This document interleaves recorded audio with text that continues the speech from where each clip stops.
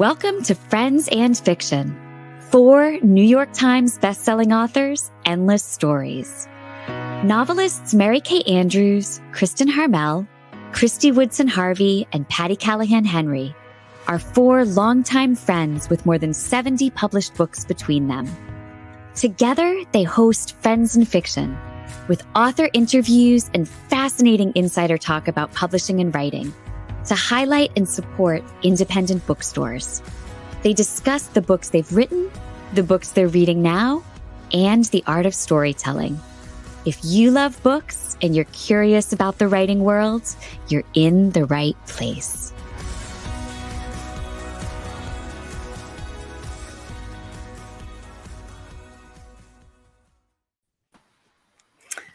Hi, everyone. It is Wednesday night, and that means it's time for Friends and Fiction, and we are so happy you are here with us tonight. I am Patty Callahan Henry. I'm Christy Woodson Harvey. I'm Mary Kay Andrews. I'm Kristen Harmel. And this is Friends and Fiction, 4 New York Times bestselling authors, endless stories to support independent bookstores, authors, librarians, readers, watchers. So tonight we have an incredible night. We will be talking with Jane Green about her art, her life, and her newest and first historical fiction novel, Sister Stardust. And then in the after show, we are so lucky to get to talk to Kimberly Brock about her newest, The Lost Book of Eleanor Dare, a reimagining of what happened to the lost colony of Roanoke. But before we continue, I have to tell you that Kristen Harmel just pinged us because she was checking, and we literally right now just hit 70,000 on the dot members on our Facebook How cool page. is that? Oh, that's crazy. The week that we are celebrating our 2-year anniversary, who could have imagined 70,000 members? Never. It's so great. We love y'all. We are so grateful. We are. Yeah. And as you know, from the very start of Friends and Fiction 2 years ago, we wanted and we continue to encourage you to support independent booksellers when and where you can. And one way to do that is to visit our own Friends and Fiction bookshop.org page, where you can find Jane and Kimberly's books and books by the 4 of us and our past guests at a discount. We also want to remind you that Mary Kay's The Homewreckers is out next week. So that's just 6 days from now on May 3rd. We are so excited about it. It is, oh my gosh, it's so Buy her good. book, damn it. It's Buy so her good. book, damn it. It is amazing. So, of course, it is available wherever books are sold. And we are going to have a huge launch party right here on Friends and Fiction with you, which we promise is going to be so much fun. But if you want a hand-signed first edition of the book, which is a big deal, and also a hand-signed first edition of Christie's, which came out 4 weeks ago, The Wedding Veil, plus a free gift, you can order the Spring Friends and Fiction box from our friends at independent bookstore Oxford Exchange. You will receive a beautiful delivery of both books, each of them signed, as soon as they're released. And guess what? Our Kristen Harmel's The Forest of Vanishing Stars is also out in paperback next week. Last year we had a full-on musical because Kristen can do literally everything. And this year we will also celebrate with a special after show and a never-before-seen video. So tune in next week for our super fun launch for both of these books, and make sure that if you're not an after show person, make sure you stick around for the after show. It's gonna be Who's not an after show person? Seriously. We have the best after shows around. The after show. Okay. And speaking of paperbacks, Mary Kay's paperback of The Newcomer came out yesterday. So if you missed it last year, which I can't imagine that you did, but if you did, it's time to order it now. Look, here's what it looks like. Ain't it pretty? So cute. Love it. I wish I had my shark hat. And in case y'all are wondering why the bookshelves behind me are completely covered in Mary Kay books, I'm not weirdly obsessed. I thought you were just I thought you were just a big fan. I'm in Mary Kay's hallway. So. Well, in honor of all things bookish, we hope you have heard about our brand new partnership with Fable. More than 160 of you have already joined our Friends in Fiction Behind the Book, our premium club on the cool new social platform called Fable. Our first selection is my new book, The Wedding Veil, and it's been really neat to see all the amazing conversation already happening in the club. Members are introducing themselves, beginning to read and highlight text, and start conversations based on my annotations. It's really great. That's right. Y'all responded to our announcement with such enthusiasm last week, and we are so excited to keep spreading the word.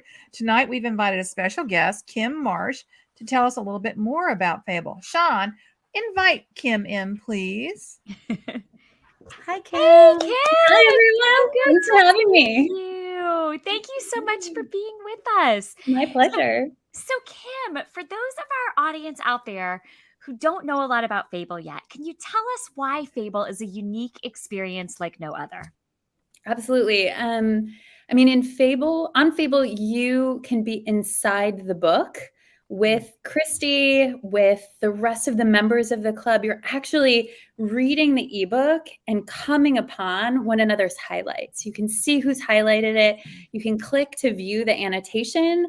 It's like the experience of passing a book back and forth between friends, but there are 160 friends in this club, including Christy, sharing her experiences writing the book itself. So it feels like magic to me as a lifelong reader.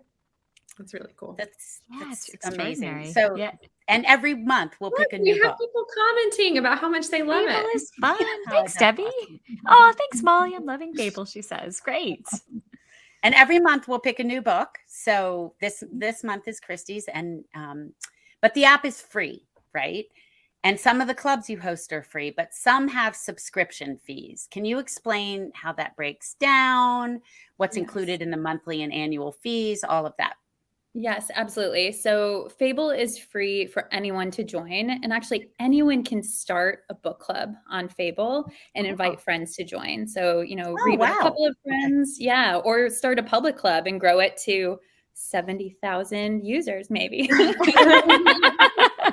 But some of the clubs are premium clubs, and they do cost money to join. So the Friends in Fiction Premium Club is $4.99 to join that single club, $4.99 per month. And so you can join for Christy's book. You can, if you haven't yet, we hope that you will.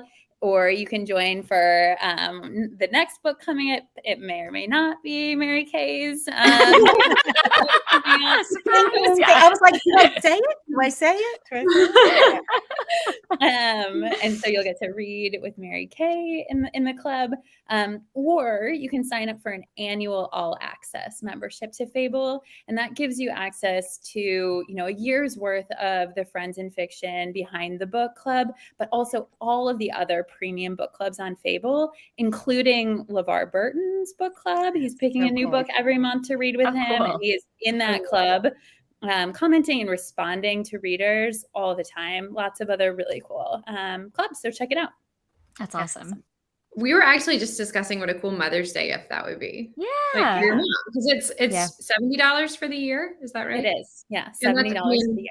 And it's every premium club, including ours, which is really cool. So it's awesome. All right. So Fable has an e-commerce book selling component to it, which we think is a really cool feature. But do the members have to buy the book from Fable? No, they definitely do not. They can shop from bookshop.org. If you are, a hard copy reader through and through, that's totally fine. You're still able to join the discussion and participate, view all of the kind of highlighted passages from Christy and from other members of the club. So you still get that full immersive experience. Right. Now, can members participate on their computer, or do they need the app on their phone? How does that work, Kim? They need the app. They do. So you'll sign up on kind of like a web page, and it will prompt you to download the app. So I have it here on my phone, but any app friendly device, so iOS or Android, any tablet, any phone, so you can access it right there.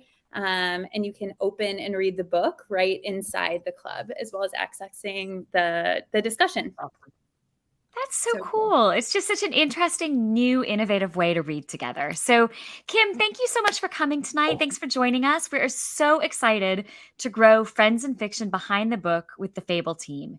And we hope lots and lots more of you out there in our Friends in Fiction community will join us on Fable for this truly unique and immersive experience. So visit fable.co/friends and fiction to sign up today. So that's fable.co/friends and fiction. Thank you so much, Kim.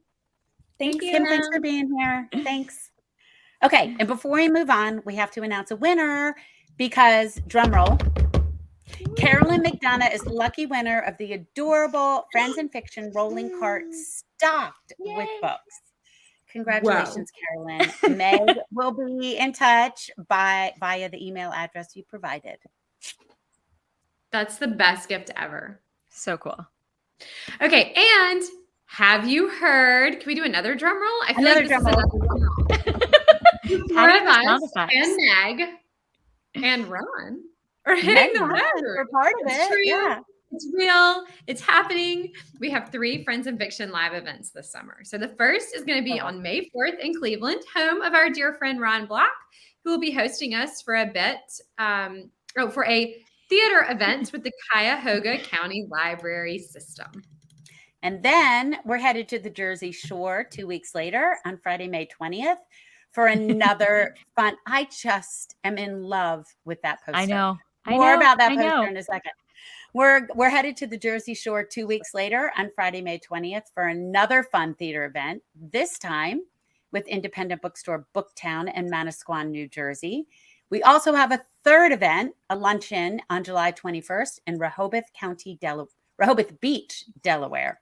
We'll share that ticketing link soon, and we really hope that you can join us on the road at one of these live celebrations.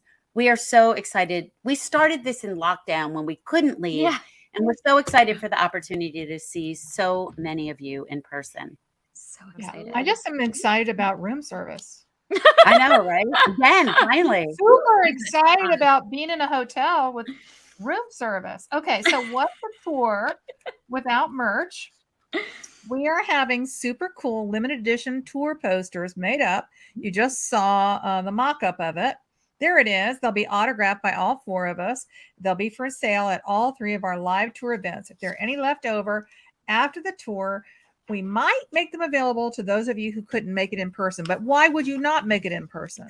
I mean, silly. Lots of We're opportunities. like a real band now. We have tour posters. We are. Yeah. Don't ask me to sing. Okay, you guys, let's welcome our guest for the evening, Jane Green. I'm so excited to have her on tonight. Jane is the author of over 20 novels, including 18 New York Times bestsellers, a cookbook, and various short stories. She has over 10 million books in print worldwide, and her work is published in over 25 languages. What a freaking career. I know, right? Yeah. And Jane has had her own radio show on the BBC Radio London. She was part of the ABC News team covering royal weddings. She's made regular appearances on TV and radio, and she contributes to several newspapers and magazines. A graduate of the International Culinary Institute in New York, Jane is an avid cook as well as an amateur decorator and a passionate gardener. Is there anything she doesn't do? No, there is not. There is she not. She is a Jane of all trades, right? So she lives in Westport, Connecticut with her husband and their animals. Her new novel, Sister Stardust, was released on April 5th, and it is her first novel inspired by a true story, reimagining the life of troubled icon is it Talitha Getty? Yes. Talitha Getty during the swinging 60s. So Sean, let's bring Jane on. Hi. Hi, Jane. Hi, Jane. We are so happy to have you here. Oh, So happy. I'm so excited to be on. You girls are just a force. Honestly, you're watching what you've done with Friends in Fiction has been glorious. So congratulations and thank you. I feel very, very lucky to be on your show. Oh, we feel lucky that you joined us. It's our pleasure. So You. before we dive in, because we have so much to talk about, we have to lift our glasses. We sent Jane some champagne to celebrate with us. Because Jane, you are here for our 2-year anniversary. Cheers, y'all. Cheers. Cheers. It's 70,000. Yeah, 70,000 in 2 years. Who? that's right. Oh, we love you And guys. we really can't even express to all of you how much you have meant to us over the past 2 years. Yeah, it has just been such an incredible journey. And Jane, we're so thankful that you're here to celebrate with us tonight. As am I. And yes, it has been a brutal 2 years. And to have this and to have just, sunny people bringing wonderful stories is what we've all needed. So thank you. Thanks, my friend. Thank you. Oh, well, thank you so much for saying that. But it's the community out there that's what we're all about. And for all of you out there, the incredible laughter, tears, and real conversations we've had with you through the years. That's what sustained us through some rough times and some celebratory times too. We're just we're so honored and proud to be doing this, and so honored to be walking this road with all of you. Yes. Who would have thought? This is amazing. So much fun. So think of the times ahead. Here's to everyone. Cheers, y'all. Here's to everyone. And I always think people are surprised to hear about the community that exists within the world of women writers. It's actually, I have never experienced anything like it. I mean, everybody that I know is willing to build everybody else up, and there's so much support. And it's actually, you would expect there to be some competition, but I really haven't encountered it. And what I encounter far more is this, that you've come together to raise other authors up. Oh, so we're all very lucky. So cheers. Cheers. I'll keep cheering. I have no problem. Cheers again. Okay, Jane. We could just cheers. We could just cheers for the next 45 minutes. What do you think? Let's just keep doing that. All right, Jane, what a whirlwind it has been for you and this book, your first historical fiction. Yeah. So first things first, I was recently with Kate Quinn, and she asked me this fabulous question that I'm going to ask you. Tell us what your book, Sister Stardust, is about, and then tell us what it is really about. Love that. Ooh. I know. Hold on. So what Sister Stardust follows a young shop girl called Claire in 1960s England, and she grows up in the countryside at a time when England suddenly burst into colour because we'd been recovering from the war. There was no money. Everything was terribly depressed. And all of a sudden, a number of things happened in England. England won the World Cup in football. We had the pill. And so there was the sexual revolution. And we had our own music for the first time ever in history. We had the Beatles. It's not me digging. I'm just saying. I know. I just looked at my phone. It's not me either. Okay. It almost feels like it's like someone saying, "That's right. That's right." Yeah, Like every time. I'm going to be honest. It's me. I have a new computer, and I'm just sitting here trying to figure out how to turn off my notifications. Sorry, guys. I have such an electric personality. I'm causing them. I love it. So we had our own musicians. We had the Beatles and we had the Rolling Stones. And so Claire is watching London burst into colour and burst into life. And she finally manages to get to London. And once there, she gets swept up by a band of kind of cool people. Some of them are musicians, and they're in the world, and they spirit her off after a party one night to go and stay with Paul and Talitha Getty in Marrakech. And Paul Getty Jr. was the son of, at the time, the richest man in the world. Do you remember the boy who was kidnapped and had his ear cut off? Yes. Yeah. This is his father. So his father's second wife was Talitha, was an actress socialite called Talitha Paul. Talitha, not Talitha. Yeah, it's Talitha. She was a socialite and an actress, and they fell madly in love, and they bought an old dilapidated palace in Marrakech. So Claire, who is renamed Cece because it's more bohemian and free-spirited, stays with them in Marrakech, and it seems to be an impossibly glamorous life. Vogue would write about them all the time. Diana Vreeland spent a lot of time in Marrakech, and she was great friends with the Gettys. And she would write about Mrs. Getty walking the souks every morning to look for entertainers to amuse her guests that night. So she would walk the souks in the old market looking for snake charmers and jugglers and magicians to come back and entertain the guests on their rooftop terrace. But Claire gets caught up in this world of Arabian Nights that feels completely magical. But of course, behind the scenes, they are diving into opium addiction first, and then ultimately heroin addiction. And our little innocent Cece has no idea the danger that she has put herself in by stepping into this incredibly glamorous world. So that is what the book is about. But what the book is really about, Love that. is I think it's you know, I first saw a photograph of Talitha Getty when I was a teenager. I happen to have one here in my office, which is very handy. That is Talitha. That is the photo that I saw as a teenager, which is a very famous photo in England of her on this rooftop in this exquisitely embroidered wedding caftan. And I think I actually fell in love with her. I mean, I saw that when I was probably 12 or 13, a very awkward teenager. And I have spent my whole life wondering about her and wanting to know more. So actually, what I think Sister Stardust is a love letter to the 60s, which is when I was born, but it was really when I should have come of age. Love letter to Marrakech, and it's a love letter to Talitha Getty. That is really what this book is. Beautiful. I love that so much. Well, Jane, as we sort of covered in your bio a little bit, you have so many talents and so many interests. And I know for all of us, sometimes, you know, the big question is, what do we write next? You know, what is the next thing? Because we have so many ideas. And I know you've talked about, you know, other contemporary story ideas, maybe even a memoir. So for you, what was that spark that made you say, you know, this is time, this is the book for right now? Actually, honestly, it was my very brilliant editor.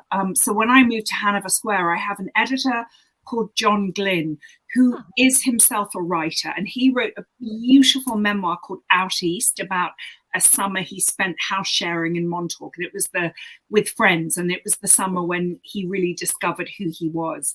And this is the thing, because publishing has been in some turmoil for the past few years. I'm sure that many of us have experienced this, where there's a thing that happens where they'll look at something that's working and they'll go, oh, Gone Girl's a huge hit. Jane, we need you to write a psychological thriller. And they start to sort of try and squeeze you into the holes that they think are working, rather than letting you write what you want to write. And I felt that for quite some time.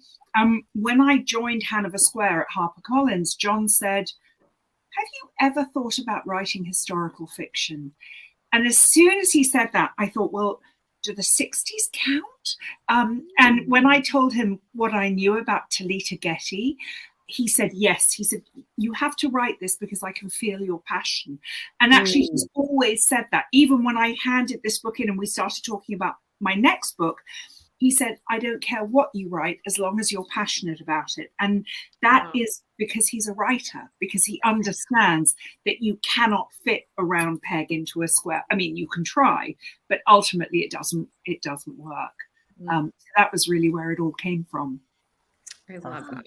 That's interesting. You know, I actually know John a little bit because I blurbed a book of his a year or two ago that he had edited called All Blood Runs Red, I think was the name of the book. And it was a great nonfiction book. I loved it. I loved his passion for it. So that's so interesting to hear you talk about him and his influence kind of on this path. It's nice when you come across an editor who can kind of help steer you, or you know, help build you up to do what you were meant to do, sort of, if that makes sense. And also, I mean, they did, I have to say, you know, there have been things that they've done that have blown me away. So for example, the cover, which, you know, it's gorgeous.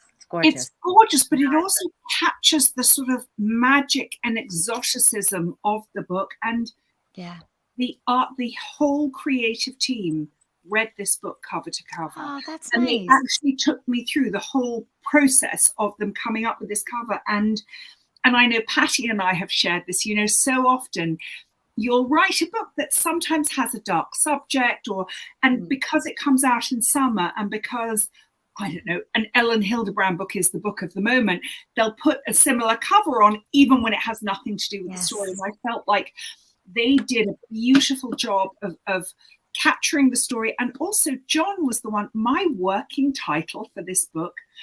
So when they went to Talitha and Paul Getty went to Marrakech on their honeymoon, and they met their friend Bill Willis there, who was a Kentucky boy who had fallen in love with Marrakech. He'd moved to Marrakech, and by the way, he loved everything to do with Morocco, but he taught his Moroccan chef Habibi, to cook his mother's southern cheese souffle and his mother's southern recipes. So guests would come for dinner and they would serve them southern American recipes. But he showed them this dilapidated palace called the Le Palais de la Zahir. And by the end of the first day, they bought it for $10,000. And Bill Willis, as you do. And Bill Willis was in charge of renovating it. And he created this extraordinary palace that Talitha renamed Le Palais des Plaisirs, which is the Palace of Pleasures, or the Pleasure Palace. So my working title, and the title that I came up with for this book, was The Pleasure Palace. But then John said, I've spoken to sales and they think it sounds like erotica. Maybe a little, maybe a little. With Mr. Stardust. So by himself is the most perfect title. So it really is. So Jane, this book takes place in the 60s of London with all that entails. I mean, you've been sharing so much about it, but you know, it was 60s in London. My gosh, like what I wouldn't give to travel back to that time. The Beatles, the Stones, the drugs, the partying, and the clothes, 100%. So Publishers Weekly said about the book, Green convincingly describes the appeal of the music scene, as well as the allure of her beautiful characters, both famous and fictional. Green's fans will be delighted by this story of glitter and tragedy. What a great review. So we would love it, Jane, if you could talk to us about your research. I mean, it's so clear how deeply you have you've kind of plunged into this world and really immersed yourself in it. But we would love to know how you dove into this world, and specifically the music and the scene of that time, and most specifically the Rolling Stones. I mean, okay, well, asking these questions. So, you know what was fascinating to me? I'd seen that photograph. I was fascinated by Talitha Getty, but you know, as so often happens in these very wealthy, powerful families that have great tragedies, they locked down, and Talitha actually died of a heroin overdose at the age of 30 in the Rome apartment that her husband owned. And she'd gone back to, some say to reconcile with him, some say to serve them divorce papers. But there was the story around her death changed a couple of times, and I think that the Getty family sort of locked down. So there's very, very little written about her. And so I had to come at it sideways, and I had to make lists of anyone who was around at that time, who was in that sort of social scene in London, in Marrakech, and read everything I could get my hands on. I also decided to move back to London from Connecticut to write this book. Wow. Now, it wasn't, I had a whole list of people that I was supposed to meet with, but as soon as I got to London, they went into lockdown. And we were only allowed out for like an hour a day for exercise. And so I didn't end up meeting many of the people that I wanted to. Also, I was astonished at how many people did not want to revisit those times. And yet, I also understand that, you know, there's a woman called Jane Ormsby Gore who was at the center of that world in the 60s. She's an aristocrat, the daughter of Lord Harlech in London. And she has said, if you remember the 60s, you weren't there. Yeah. Wow, and so, yeah. it is possible that people don't remember, but I also think so many unbelievably talented bright lights lost their lives too early. Then from Jimi Hendrix, Janis Joplin, Talitha Getty, and the list goes. Tara Brown. Yes, Tara Brown, exactly. The list goes on and on. I think it's probably quite painful to revisit. But I did find people who were friends with Talitha, who spoke to me, and then I was not a Rolling Stones fan. I wasn't particularly interested in the Stones, but I suddenly sort of stumbled upon their connection with Morocco. And in the 60s, there was actually it started with Brian Jones. And Brian Jones was the founder of the Rolling Stones. He was a very good-looking, talented musician. He put the band together. He found Keith and Mick. He named them. He was the one who decided they'd be called the Rolling Stones. But he had a huge drug problem. And he also had a very abusive childhood, which led him to very abusive relationships. He fathered a number of kids. He had a girlfriend called Anita Pallenberg, who was a very beautiful model actress. He would beat her up all the time. She would slug him back. It was madly dysfunctional. And Brian, as he sort of got further into drugs, he tried to cling on to being tell everybody he was the leader of the Rolling Stones. And we had a newspaper at the time called The News of the World, which was like the National Enquirer. And they were doing a series of stories about celebrities and drug taking. And two journalists from the National Enquirer happened to be in a pub in Chelsea, and they saw a member of the Rolling Stones in there, and they invited him to come and sit with them. This was in 1967. He came and sat down at the table, and within minutes he was offering them drugs. He was asking if they knew where he could score some more. And a week later, a story came out in the News of the World, Mick Jagger and his drug problem. But it wasn't Mick Jagger, it was Brian Jones. Mick Jagger sued the News of the World and won. So to get their own back, the News of the World set up a sting. And they brought somebody over who they said was a friend of Timothy Leary. So Dr. Timothy Leary was a Harvard professor doing all of this research into psychedelic drugs. And they brought this man over called Dave Schneiderman. And through Keith Richards, one of the chauffeurs, they got him into the Rolling Stones. And he was like, hey, man, I've got the best LSD you've ever had from Tim Leary. And he supplied them with the drugs, and they all went off to Keith Richards' house in Sussex, his wonderful country house that he still owns today. And they spent the day going for walks in the country doing this LSD trip. And when they got back to the house in the evening, coming down, planning on having a quiet night, all of a sudden floodlights went on around the house. They were surrounded. They'd been tipped off by the News of the World. And the police, 18 policemen were there. They stormed inside. They arrested everyone. Now, eventually the charges were dropped. But to get away from all of the press, they decided to go to Morocco. And Keith Richards had a Bentley S3 Continental. And in the back, they'd sort of made the back, they'd customized the back. So there were fur rugs, there were record players and porn magazines.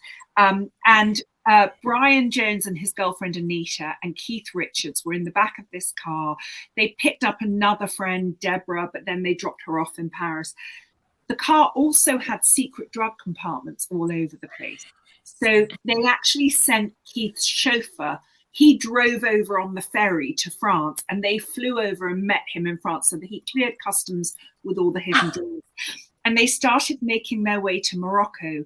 And then Brian, who always had asthma, suddenly developed pneumonia. And so they had to drop him off at a hospital in France, leaving Anita Pallenberg and Keith Richards alone in the back of the Bentley S3 Continental, which was actually called the Blue Laner, with the fur rugs and the porn magazines. They fell madly in love because Keith also had watched Brian beat Anita up. I mean, he couldn't stand how Brian treated Anita. And Keith and Anita were then together for the next 13 years. And And that really informed the whole story. I mean, I knew about Talitha, but I didn't know that. And that ended up taking the story in a completely different direction. And they were, you know, every time it got too hot for them in the UK, the Stones would take off for Morocco. And in fact, Mick Jagger and Marianne Faithfull were great friends with the Gettys. And this is in the book, and it's true that when they recorded Wild Horses, they actually Mick Jagger left the tape of Wild Horses at the Gettys Palace for them to listen to. Oh my gosh. Cool. Oh my God. I would have fallen into that research hole forever. I was going to say, I'm going, keep going. And then what happened? And then what happened? Yes.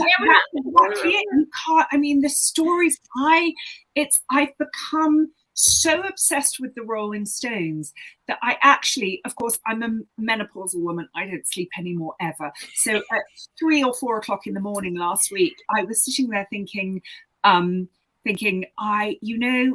Charlie's now gone. I really need to see them. I've never seen them.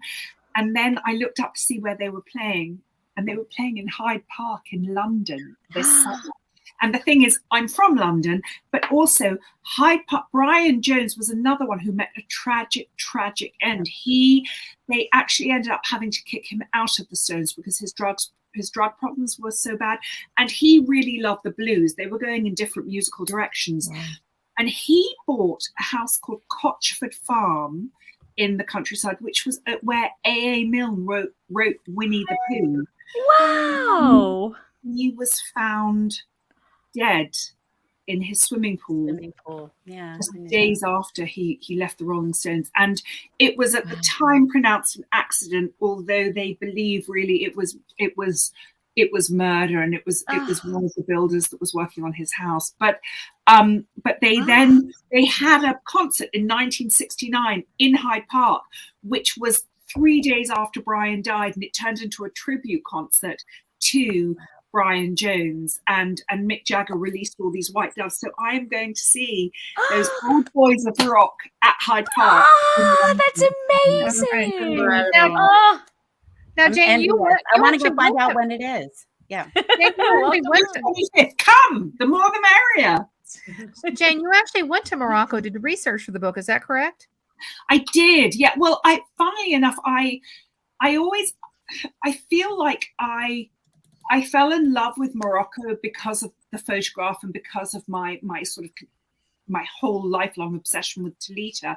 But it was only once I got to Morocco that I understood how that life must have felt, what it must have been like. Because the minute that you step through, the gates into the old city of Marrakech, it is otherworldly. It is unlike anywhere I've ever been. The sights and the colors and the smells. You have orange trees everywhere. So you have the scent of orange blossom mixing with the spices from the souks. And in the evenings, they burn sandalwood logs in fire puts in Jmail and the square.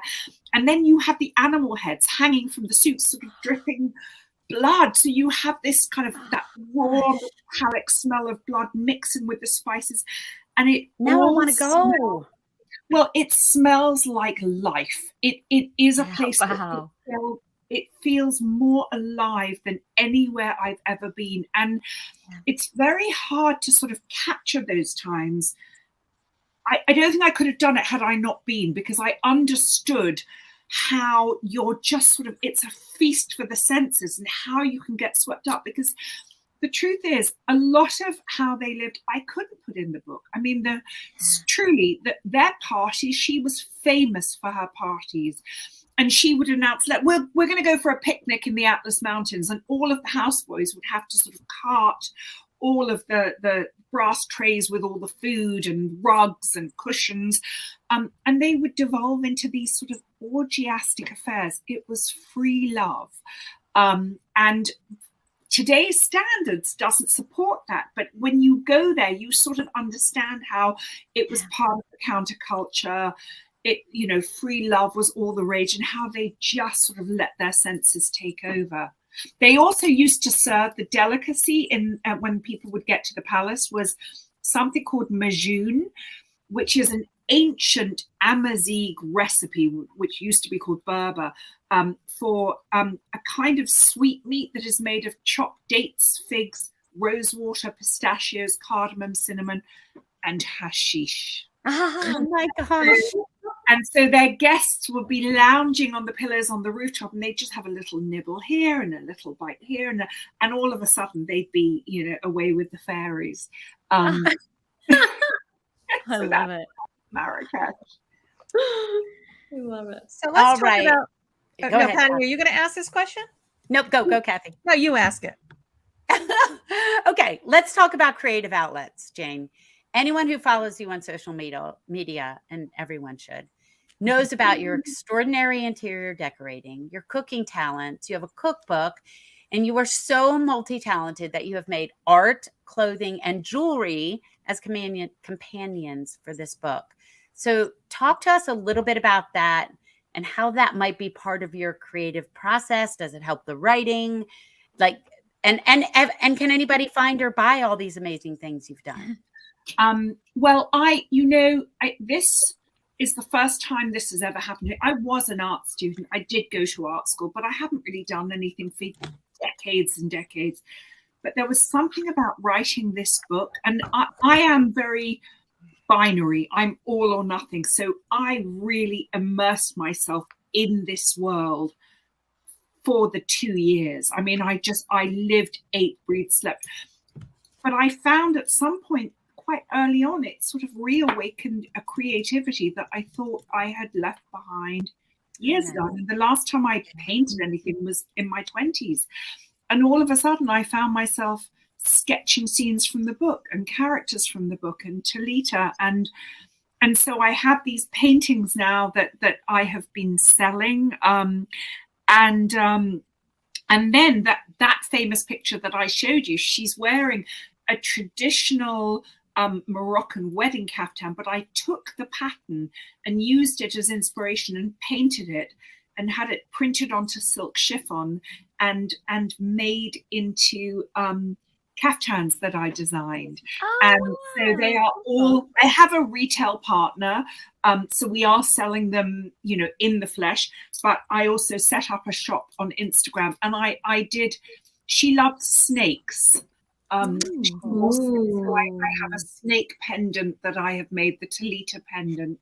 So I have all these fun things, and I have really loved jumping back into sort of those early days where I started as an art and fashion student. I've adored rediscovering this side of my creativity, because writing is creative, but this is a different side of my creativity that I haven't visited for a long time. I figured they were interlocking. So we have so many live questions, but we've been talking so much. But Mary Kay, will you pick one of the live questions? Here's a good one. Sharon Carlson Person wants to know, Jane, do you have a playlist of songs to go along with the book, Sister Stardust? That is the perfect question, because yes, I do. We did not plant that question. Yes. Well, that's perfect. Actually, I did, because to immerse myself fully, I started listening to all of the songs that I grew up with. Actually, they are the songs of my childhood. And I want to say this as well. I love those books about the 60s and 70s here. I loved Malibu Rise and Daisy Jones and the Six. I loved Mary Jane by Jessica Anya Blau. That wasn't my experience. My experience was not Woodstock and Flower Power and Haight Ashbury and the Summer of Love. The experience in Europe was very different. It was still counterculture, but it was much more influenced by Africa. And so I put together a playlist of all of the songs that I loved from the time that Sister Stardust had. So it's really from 1966 to 1971. And it's the Sister Stardust playlist on Spotify. So yeah. How cool. Yeah. That's awesome. I can't wait to check that out. Well, Jane, we love a good writing tip. We really do. And we know your first book came out in 1997, and then Jemima J in 1998 took a rocket ship to the moon. And so we know that everyone wants to hear your writing tip tonight if you would like to share one with us. So actually, my writing tip is that you need a PhD to write. But in my world, what that is persistence, because you're going to hit roadblocks every step of the way. Humility, because it's, you know, it's in the beginning you think, oh, well, these are my words and no one has the right to tell me what to do. But you have to have, you know, either a really smart friend or a really good editor, and you have to trust them and listen to them. And discipline, because it's really about getting your butt in that chair and getting those words on the page. I love that. Persistence, humility, discipline. That's awesome. That's fantastic. Awesome. Yeah, I might have to take up needlepoint again. Or Jane, maybe you can paint something. Jane, maybe you can paint something with that. Yeah. Paint something, what, for needle pointing? Yeah, no, PhD. Just something. PhD. Love it. Love it. Okay. So we usually ask authors to give us a book suggestion. We'd love that too. But there is a question that the New York Times Book Review asks of authors. And so we're going to ask you tonight, Jane, what book might we be surprised to find in your library or on your nightstand? So I do actually, it is unopened, which tells you probably that this is not in my future, but I do have Screenwriting for Dummies. Oh, wow. And I was brought in to do a rewrite on a screenplay, and I had a partner, and it was great. I actually don't think I'm a natural screenwriter, but it's one of those things that every now and then I feel like I ought to study it and learn. But then every time I do, it's like Latin to me. It's not my language. So I don't know, but it's still there. So you never know. I haven't got rid of it yet. I haven't given it to anyone. So you never know. I may go through it page by page.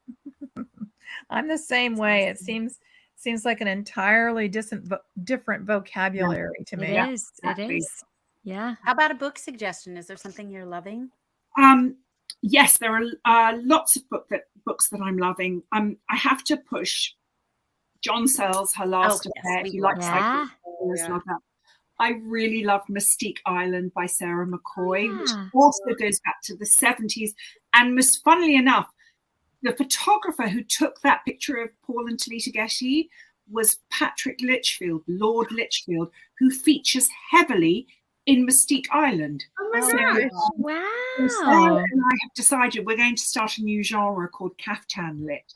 We love our Sarah. She's awesome. Mystique Island. I also, other books I'm really loving, and it's not out yet, but The Sweet Spot by Amy Popel. Okay. Which is wonderful. And then Marcy Demansky, who wrote Very Nice, which was one of my most favorite books of a couple of years ago, has a new book coming out called Hurricane Girl. And it's, if you liked Where'd You Go, Bernadette by Maria Semple, which I did, I loved. And Marcy Demansky is just a gorgeous writer, quirky, funny, really, really lovely, and ought to be huge. So the more people we can get to read her books, the better. Awesome. That's great. Good to know. All right, Jane, don't go anywhere, please. Just stick around for a couple more minutes because we have more to talk about, but we have to send out a few reminders. All right. So do you need an idea for a great hostess, teacher, or Mother's Day gift? We suggest, completely selflessly, the Friends and Fiction book and coffee bundles available through our friends at Charleston Coffee Roasters. You choose a signed book by one of us, and then you select the coffee roast and the grind of your choice. So you pay one price for the bundle and receive your book and coffee pairing in the mail. Check the bundles out at charlestoncoffeeroasters.com. Also, remember to enter our ongoing Coffee of the Month giveaway. Tonight, we can announce our April winner, who was randomly drawn, but who happens to be someone who has been so darn supportive of Friends and Fiction for so long, which I feel like is just a special kind of magic as we're celebrating our second anniversary and our 70,000. Anyhow, Patty, are you up for one more drum roll? I'm always up for sound effects. Always a drum roll. All right, drum roll, please. That was Huge very congratulations. complicated. I have to have a drink It was now. a beautiful drum roll. I loved it. Thank Huge you. Really good. congratulations to Bubba Wilson of Wake Forest, North Carolina, our lovely Bubba. So she has won a 3-month subscription, which is a $90 value. And we are wondering, will you out there be our May winner? You can enter now and find out. And don't forget that everyone in the Friends and Fiction community, which includes all of us on here on screen who also love Charleston Coffee Roasters, get 20% off all bagged coffees on the Charleston Coffee Roasters website with code Coffee with Friends. No spaces, Coffee with Friends. And now for a quick reminder of our Writer's Block podcast. We'll always drop links under announcements each time a new one drops. A new episode launches each Friday. On the last episode, Ron talked to Rachel Barenbaum about Atomic Anna and Bonnie Garmas about Lessons in Chemistry. That book is so hot right now. Everywhere. I'm Yeah, reading it now. I love it. Yeah. Yep. And so Ron talks to both of them about women's science and fiction. Then this week, Ron and I get to talk about, have a behind the scenes chat about the Homewreckers. Awesome. All right. Yay. Speaking of the Homewreckers, we know that many of you have been participating in our very first Friends in Fiction reading challenge. And next month, we start a new challenge. May is all about the beach read. It's been so fun seeing the books you're sharing in our challenge. And we can't believe we're already in month 5. Wow. I know. Did somebody say beach reads? No, I mean, might have an idea of something you could read that's a beach read. Thinking Thinking of a beach got read. nothing. Yes.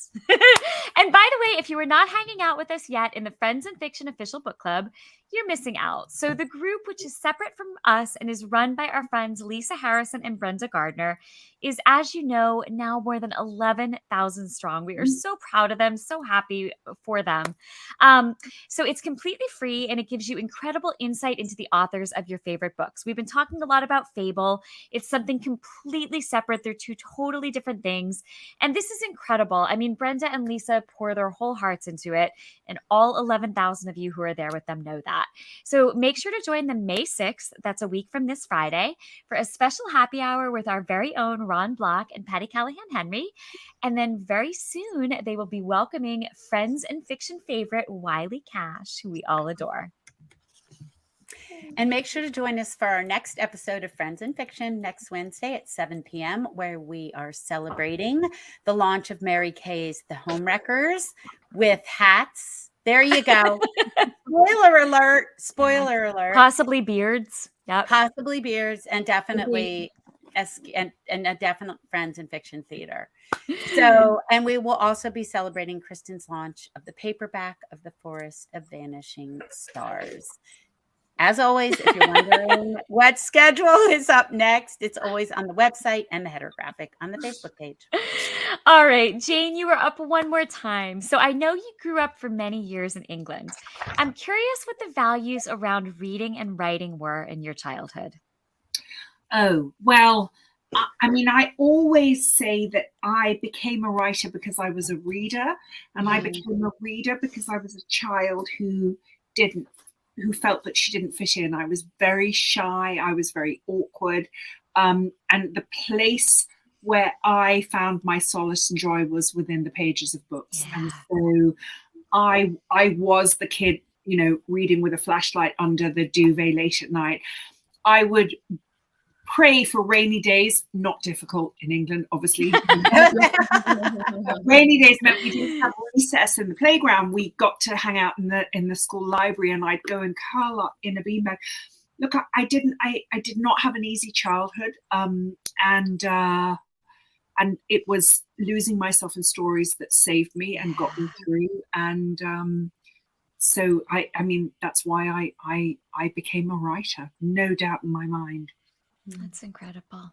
I wonder, I mean, I guess we could go back and look at 2 years worth of shows, but I think I'm going to guess 98% of people say the same things. Books saved me. Books were my ballast. Well, because we become, you know, if you're not a kid that is happy and accepted and loved, you're standing on the outside, and when you're standing on the outside, you become an observer. You don't have a choice. You're always on the outside, so you become an observer. And Like that. and hey, I mean, I wouldn't change anything. I'm very grateful for all of it. But it is something that I think we all, so many of us writers, have in common. Yeah. So, Friends in Fiction, welcome to Psychology 101. Yes, exactly. With the ladies of Friends in Fiction. All right. All of you out there, don't go anywhere. Kimberly Brock is joining us for the after show. But Jane, thank you so much for spending time with us. Oh, You are amazing. Tell everyone where they can find you. Your caftans, your and your really, I'm most active on Instagram, actually. So it's Jane Green Author on Instagram. You can view my shop. I'm so sorry that it's very expensive right now, the caftans, but hope we're trying to do a poly chiffon version that will be much more affordable. Also, I'm really jealous that you are going to have the after party now with Kimberly Brock, because You're welcome to join us. Stay. You can stay. No, I won't. I'm going to let Kimberly have a glorious time with all of you. But I just thank you. My most favorite thing was years ago, Mary Kay came, when I used to live in a very grand big house, which lasted about 2 seconds. Mary Kay came over because we did an event together, and she posted, "I'm in Jane Green's double wide." And it was said with such a heavy dose of sarcasm. And some people they actually thought that it was true. So magnificent. By the way, I now live in the teeny tiniest beach cottage you've ever seen in your life. It's very adorable. I love that I see Mary Kay, I see you, Patty, and I get to meet Kristen and Christy. Just, you're delightful, all of you. Thank you. Jane, thank you Wonderful for having you. your art and your books and your process and opening up to us. Thank you. Thank you, Jane. Great to Okay, have you y'all hang tonight. out for our after show where we'll be welcoming Kimberly Brock. And don't forget that you can find all of our back episodes on YouTube. We live there every week.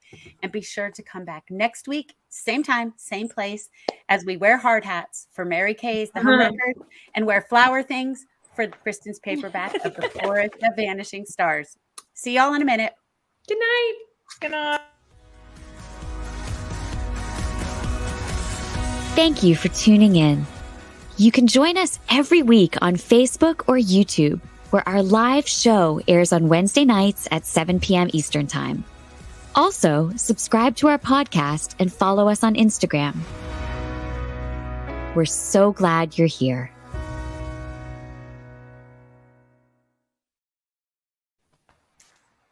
Oh, I think we lost Christy. She's probably off buying a caftan.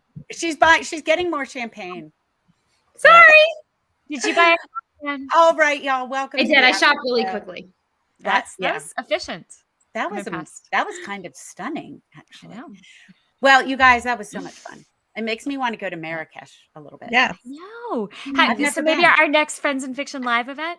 That's what I'm thinking. Marrakech. Cleveland, Jersey Shore, Rehoboth Beach, Marrakech. Marrakech. And I know Talitha is incredibly fascinating, but those stories about the stones. Oh Oh my my Wow. God.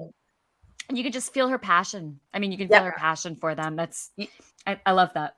You can tell why she ended up making art and jewelry and everything about it, because she was so into it. All All right. And how she poured that all into the page too. You know what I mean? Yeah. Like you could just tell when an author feels it in her heart. Yeah, definitely. All right, y'all. We're so excited. We're pals with our friend Kimberly Brock, and we want to welcome her. She is the award-winning author of The River Witch, which was an Amazon bestseller featured by both national and international book clubs. Wait, was I supposed to say something? Patty, you're muted. I'll do it for you. The novel was also honored with the prestigious Georgia Author of the Year Award in 2013 by the Georgia Writers Association. Oh, there it is. I'm sorry, I missed that. No worries. No She worries. received her bachelor's degree from the University of West Georgia and previously worked as an actor and a special needs educator. Additionally, in 2014, Kimberly founded Tinderbox Writers Workshop, a creative experience for women in the arts. She lives near Atlanta with her husband and 3 children. Her new novel, The Lost Book of Eleanor Dare, was just released earlier this month. And so let's bring her on so we can talk to her instead of about her. Hi, Yay! I'm so here. Hello. welcome. Can you hear Welcome. me? Is everything working? It is Yeah. good. You were great. Perfect. Hi, Thank Kim. you so much. We are Welcome. thrilled that you're here. And I read that you said this between the day I first read Eleanor Dare's message left on a slab of rock and the day I sat down to write this novel, I was haunted by the idea of what is lost when we don't tell our stories. And, you know, that's kind of a theme we've been exploring lately. Yeah. Yeah. So before we take a deeper dive, can you tell us what we asked Jane earlier? This is our new favorite question. What is this book about? And then what is it really about? Love that. Well, we probably should have just listened to Jane for another 30 minutes. I was sitting here watching. I was totally not paying attention to what time it is. And I guess it's funny to me because you're talking about the stones. So we're going to talk about Right. stones, but maybe There different you go. ones. There you go. So this book is about two mysteries, really. It's about the first mystery being the oldest mystery in America of the lost colony of Roanoke. And most people know that from like fifth grade history.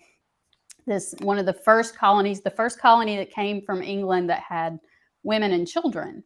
And they landed in North Carolina on this little scrubby island. They were supposed to go on up to Chesapeake Bay, and they were dumped off there by the people who were in charge of the boats. And things went wrong really fast. And by the time the man that was the governor returned to the colony with supplies, he left. 3 years later, came back, and they were all missing. So nobody knows really what happened to them. There's lots of speculation. So that's the first mystery, historical mystery, true. Second historical mystery is about the Dare Stones. And in 1937, a man tripped over a rock in Edenton, North Carolina that had an inscription written on it.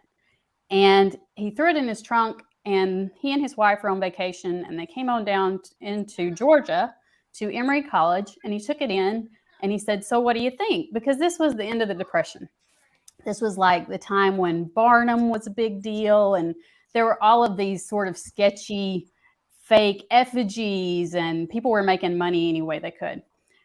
So everybody at the college looked at it and lost their minds because they thought that it was a message from the daughter of the governor of the lost colony. And on the stone, it says there was a massacre, that her family, her husband and daughter, Virginia Dare, who most people know, who is famous as the first British child that was born in the New World, were killed. And she and only a few had survived. This stone was marking their death date, and then also basically telling her father, "We're going this away, come find us." So there was this sensation in the news, and it was crazy, and everybody was all over the world excited about it. A couple of years went by. The stone went to a college about an hour north of where I live now, here in Atlanta. And they said, "If you find any more of these, we'll pay you." And so you know what happens then. All of these other stones turn up, right? So about 48 stones were found. And then in 1940, it was all debunked by the Saturday Evening Post, except for the first stone. And nobody has ever been able to prove or disprove that first message. So those two mysteries are the true history. And I went and saw the stone, and I was just intrigued by it. It annoyed me that I didn't know about it. I couldn't imagine how I didn't know about it. But I didn't know I would be so emotional when I saw it. And I cried, and I thought, what is wrong with me? I was sitting in my car. The poor little woman that was there in the archive room was like, "Honey." And I was in my car, and I cried, and I thought, what? Why am I so emotional? And I realized I didn't care if it was true. Wow. I was remembering that woman because of this story. Wow. And the stone was now part of her story, whether it was authentic to the lost colony and her or not. And so I spent about 20 years thinking about that. Wow. And the story that's really the story is her descendants.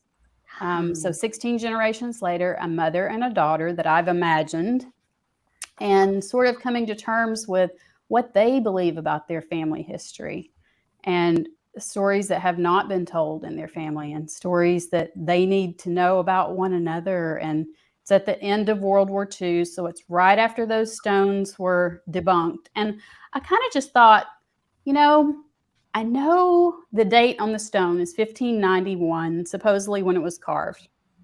I know when the guy tripped over it and found it in 1937. But where was that sucker all the rest of that time? And who might it have mattered to and how? And I thought, if it was Eleanor's story, she was telling it for her daughter and for the next daughter and the next daughter. So that's what it's really about. It's a mother-daughter story. Oh my God, I love that so much. And Patty, can I just commend you on bringing that excellent Kate Quinn question to us? Because that is like the best It's a question. good one. It gets to the underpinnings of a story. It's fantastic. It sure does. So, well, Kimberly, I feel like if there's a theme to tonight, it is research that we fall into and fall in love with that pushes us along this path to these beautiful novels. I feel like that's one of the things that you and Jane have in common with, I could just hear your passion as you were talking about the book. I have something in common with Jane Green. Yeah, that's Good. I should talk to you more. You should talk to us more. But speaking of theme, the theme of loss and grief does run through this book, but so does hope. Yeah. Can you tell us how you work with theme? I mean, we're always curious as writers about, about how you work these things in. So do you know the theme when you go in, or do the themes kind of arise naturally as you find your way into the story? And also, do you see any other themes in here? Speaking of themes, since it's a theme night, a night of themes. A theme party. Theme party. I love it. I think it's a little of both for me. Isn't it a little of both for all of us? I mean, I know all of your work too, right? And I think I go in with an idea of what I'm writing about. If I don't have that underneath, what's the story beneath the story part, I get bored with what I'm doing. They're just kind of stick figures moving around I don't care about them unless I know really what I'm trying to say. And I knew from the start what this book is really about: survivor's guilt. And I have that in my own life. And I could imagine Eleanor standing there and thinking, I mean, she was 19 when she came with her father, who was the governor, and she was pregnant and newly married. And I just, with Dad disappearing and then standing there in a wilderness, and your child and your husband have died, I don't think Eleanor was standing there thinking, wow, this is really going to turn out great. I'm going to make it, I think she just wanted to leave a mark. And I don't know, something about that it worked for me internally, for my own subconscious. And I was thinking about where you're at the end of World War II. You don't know you're at the end of World War II when you're living it. Yeah. And here you are, a woman, and it's a home front story. It's not, there are a lot of stories right now about women in history who are spies and who are in the European theater. And I don't see a lot of stories about what women were doing on the Georgia coast with a 13-year-old daughter looking around going, where are all the men? What's going to happen to us? Yeah. And when we have survived the people that we love, or even just survived different challenges in our lives, where do you go? How do you know what to do next? What comes next? Who am I? Who are you? Those mother-daughter questions were in it. So I think it's both. The themes have to be there for me. Or I could have written something about Eleanor, and I tried for a long time. I turned in like an entire manuscript, and my agent said, "This is great. Now where's the rest?" Because I hadn't written Eleanor's story, and I didn't want to. I felt like I was stomping through a graveyard, or I don't know, like it just wasn't my place to make something up for her. Yeah. And she said, but what is this story really about? I know it's all in your head. And I fought her for 6 weeks. And I woke up in the middle of the night and I could hear it. And it wasn't that third person typical dual timeline. It was a mother. It was a mother telling a story. And that's when I knew what the story was about. This is about what we tell our daughters, what we don't tell them, what our mothers tell us, what they don't tell us, what happens when they run out of time. And how we pass things along when our history has been lost. What happens if you just don't know? If you're never going to know, how do you live with that? I love that. Well, I feel like we're in like English 101 tonight because Kristen's asking you about themes and about the symbolism in this book. So we're like, going to the next level here. But you've got, these chapel bells and loose bricks, and there's a lot of symbolism in this book. So can you tell us a little bit about some of that symbolism, of course, without giving too much away? Oh my gosh, Christy. I thought we were going to drink. Nope. I don't get the champagne. I get the English lesson. We owe you some champagne. We do. The symbolism in this book. I'm like really having to think. I guess I do that naturally as I write. I'm weird like that. The bell was important to me because the book Eleanor's Tale is not a true story. It's a fable.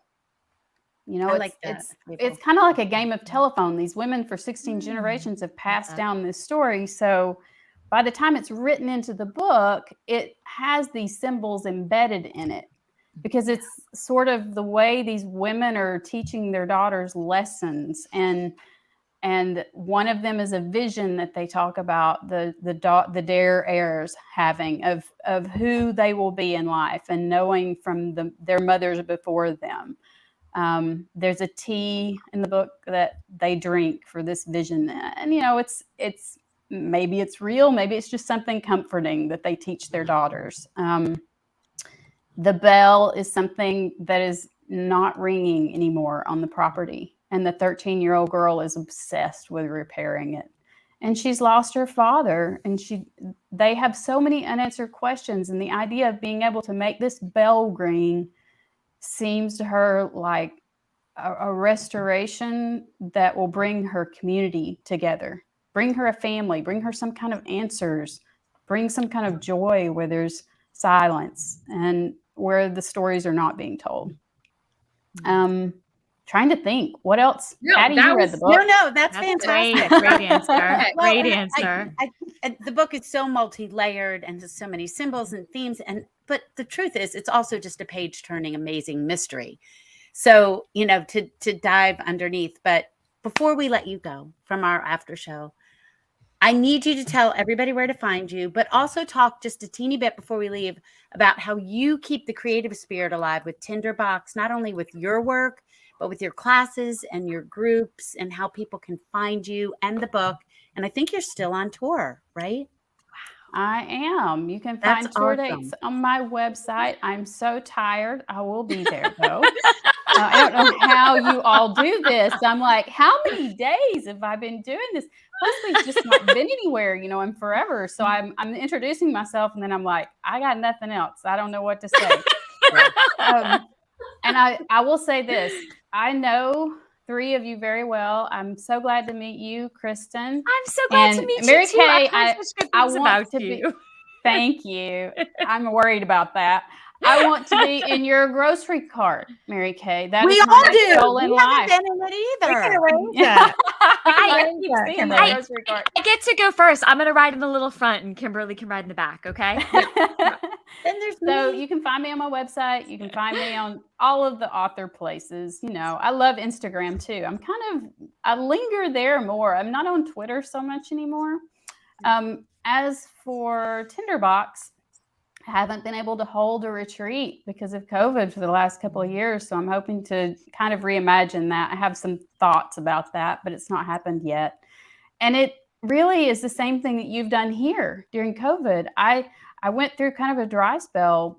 Maybe it was while I was trying to decide what this book was really about, and, you know, personal life and kids and things. And I started hearing all these women say, I'm just not creative, or I used to be creative, but I don't do anything anymore. And I was hearing it everywhere. And I thought, well, I can do something about that. So I rented some space, and these 8 women showed up that I had never seen in my life.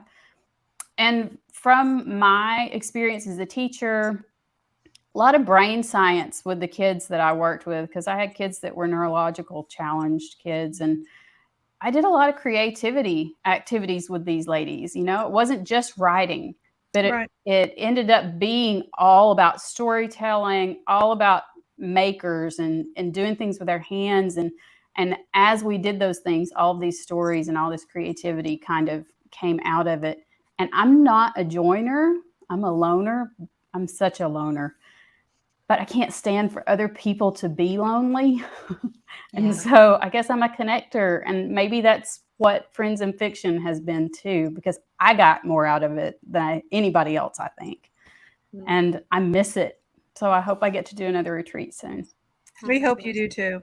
Yeah. Thank you. I got to go one time. It was so fun. Oh, fun. You did. You were there. And we stood outside, and I was like, how do you look this good standing here at the beach? We say it all the days. All the days. Literally just said it tonight. Yes. We say it. Well, it's annoying. Kim. So don't Kim, worry. it's annoying. It's never ending annoying. Kim, we are so happy you came to talk to us, and congratulations on this amazing book. I know you're back on the road. You have been such an inspiration to me, all 4 of you. But Patty Henry, I'm telling you, sister, we've known one another a long time. You are my big sister. Oh, that's great. You're amazing. All right, everybody out there, we will see you next week in hard hats as we celebrate the Homewreckers and the Forest of Vanishing Stars. And what a night. Are we previewing them? All right. Might be another room. Happy 2 years, everybody. Happy 2 years. Happy 2 years. Cheers, everyone. Happy 2 years. Good night.